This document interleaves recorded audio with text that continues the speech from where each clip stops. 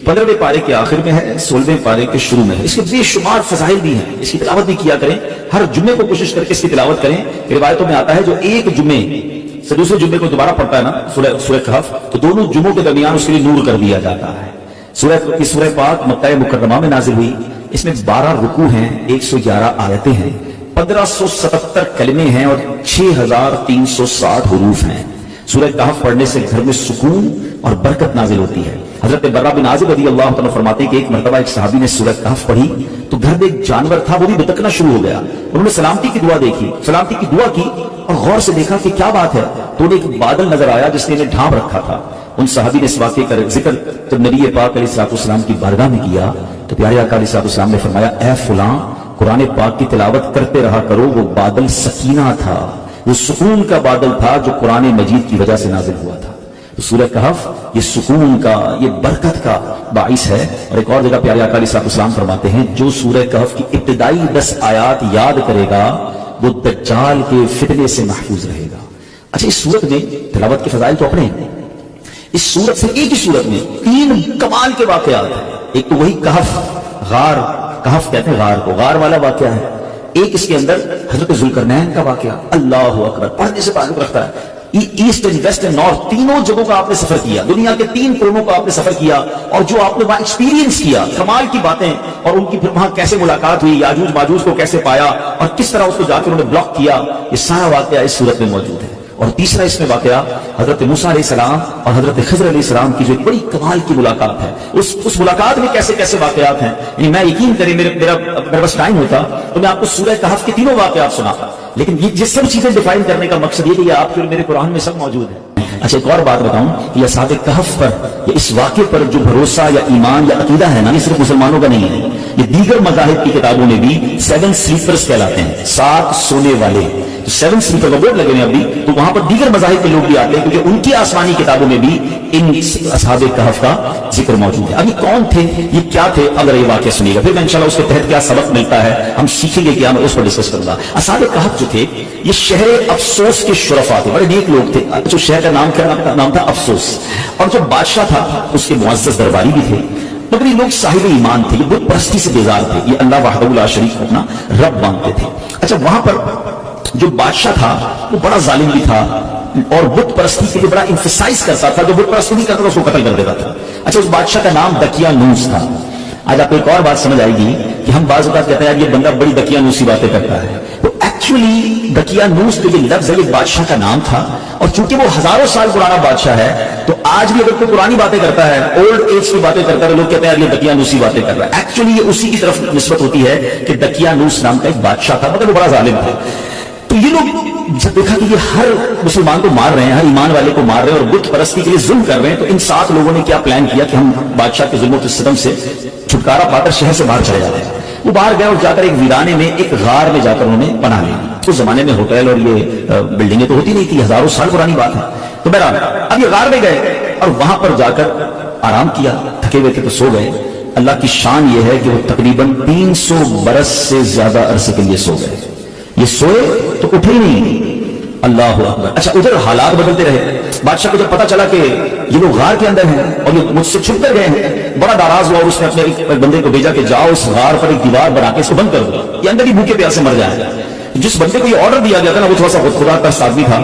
उसने क्या किया कि उन 7 असहाब कहफ के नाम लिखे, पूरी बात लिखी कि ये लोग ईमान वाले हैं, बादशाह के जुल्म से जाकर अंदर छुपे हैं, और इनका ये वाकया है। एक तख्ती लिखी, एक संदूक के अंदर उस गार के साथ दीवार में उसे दफन किया और एक दीवार खड़ी करी। हुक्म तो था बादशाह का। अब बाहर वाले लोग ये समझे कि ये भूखे प्यासे अंदर मर गए। बहरहाल इधर बादशाह का इंतकाल हुआ, फिर दूसरा बादशाह आया, तीसरा बादशाह, दौर बदलता गया। और यहां जनाब ये सोच रहे हैं आफ्टर 300 ईयर्स क्या हुआ कि एक और बादशाह आया जिसका नाम था बैगलूस। वो बड़ा नेक दिल बादशाह था, ईमान वाला बादशाह था, अल्लाह पर ईमान लाता था। मगर उसके दौर में एक अजीब व गरीब फितना खड़ा हुआ।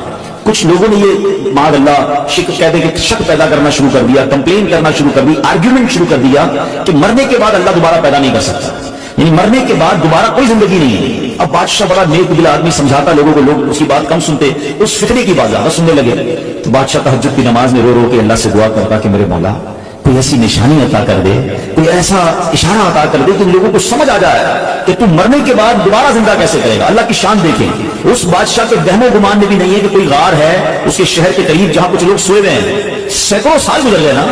اب اللہ کی شان دیکھیں اس بادشاہ کی، وہ گریہ بازاری، وہ دعائیں کیسی رنگ لائیں کہ ایک چرواہا جو تھا بکریاں چراتے چراتے اس غار کے قریب پہنچا۔ اب قریب پہنچا تو دیوار 300 سال پرانی ہو گئی تھی، تو دیوار بھرام سے گری۔ جیسی غار کے اندر اس نے دیکھا تو وہ گھبرا کر دوڑ پڑا۔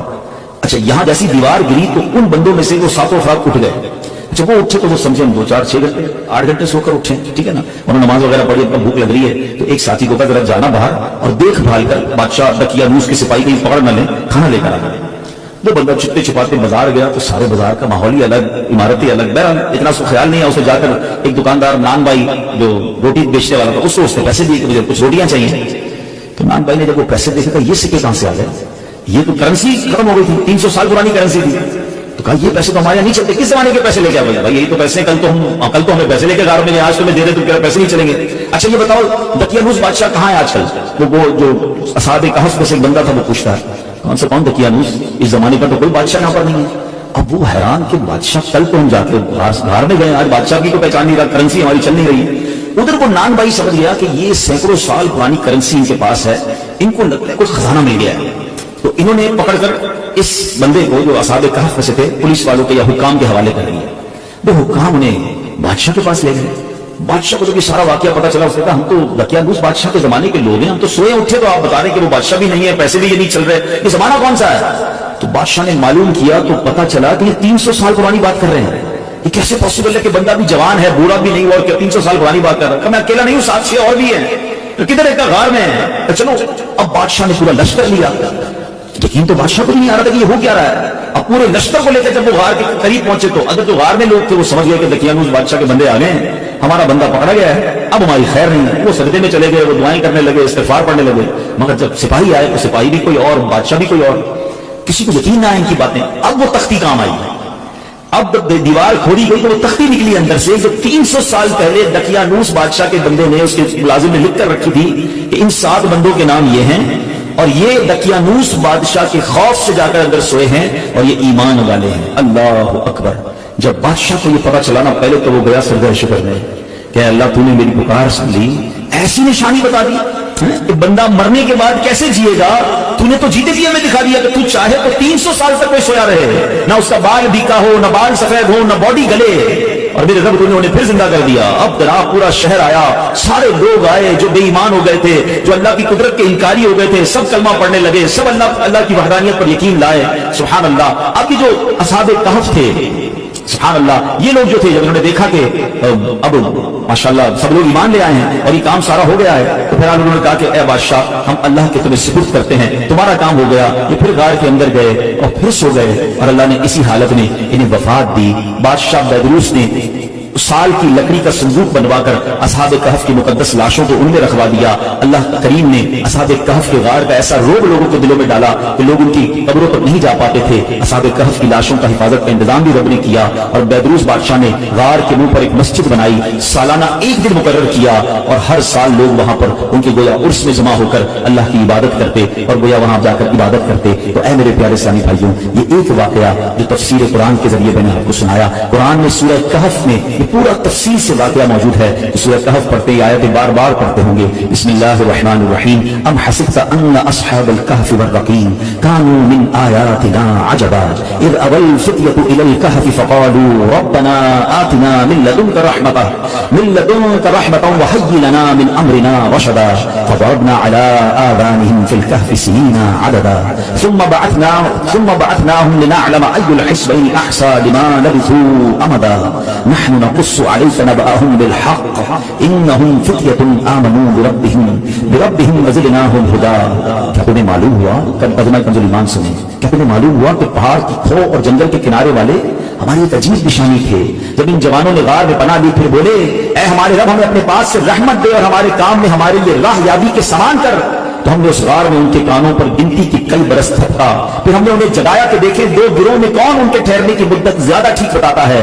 हम उनका ठीक ठीक हाल तुम्हें सुनाएं। वो कुछ जवान थे कि अपने रब पर ईमान लाए और हमने उनकी हिदायत बढ़ाई और हमने उनको हिदायत बढ़ाई। सुभान अल्लाह। इनके नामों में बहुत इख्तिलाफ है। हजरत अली करमल्लाहु तआला वजहहु करीम फरमाते हैं उनके नाम ये हैं, यमलीखा, मिशलीना, मिशलीना, मरनूश, दबरनूश, शारनूश और सातवां चरवाहा था जो उन लोगों के साथ हो लिया। हजरत अली ने उसका जिक्र नहीं फरमाया। और इन लोगों के कुत्ते का नाम कितमीर था और लोगों के शहर का नाम अफसोस था और जालिम बादशाह का नाम बकियानूस था। तफसीर सावी में कुछ और नाम भी लिखे। इन नामों में कुछ इख्तिलाफ जरूर है, मगर इनके नामों की बरकत क्या है। सुभान अल्लाह। जरा सुनिएगा, हजरत इब्न अब्बास रज़ियल्लाहु अन्हु से रिवायत है, असहाबे कहफ के नामों का तावीज 9 कामों के लिए मुफीद है।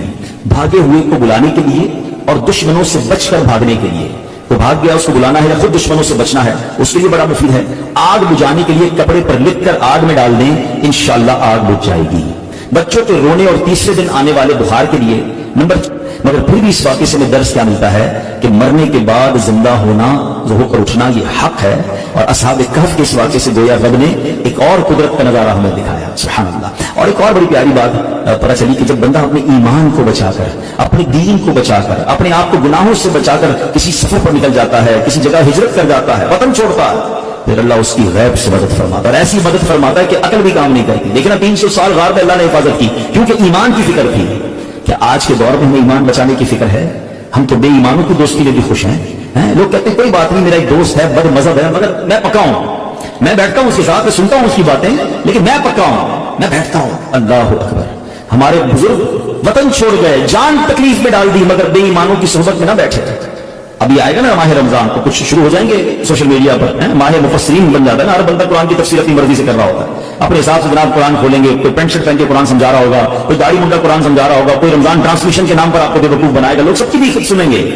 अल्लाह के बंदों, ये ईमान के बाज़ औक़ात लोग डाकू होते हैं।